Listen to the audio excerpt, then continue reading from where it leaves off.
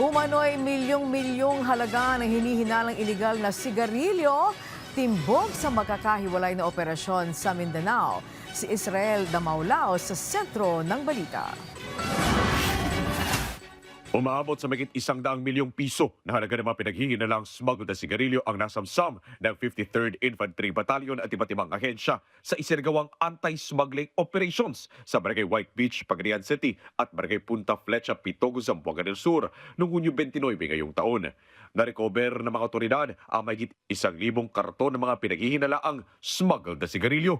Nakumpiska rin ang isang wing van truck, isang pump boat at 5 indigenous boats na pininiwalaang ginamit sa nasabing illegal na aktibidad.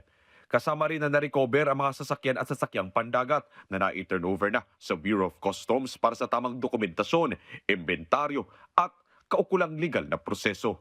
Samantala, umaabot sa mahigit 7 milyong piso ang halaga ng mga pinaghihinalaang smuggled na sigarilyo na nakumpiska ng mga otoridad sa isang intelligence-driven operation sa Kulambugan, Lanao del Norte.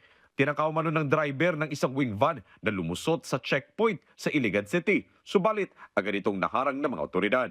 Nakumpiska ang 190 na mga master cases o katumbas ng 9,500 reams ng mga pinaghihinalaang smuggled na sigarilyo.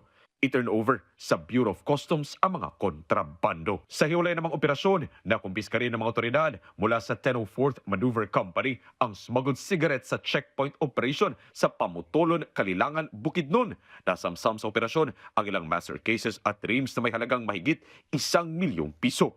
Ang pagpupuslit o smuggling ng mga sigarilyo ay paglabag sa Republic Act No. 10863 o ang Customs Modernization and Tariff Act.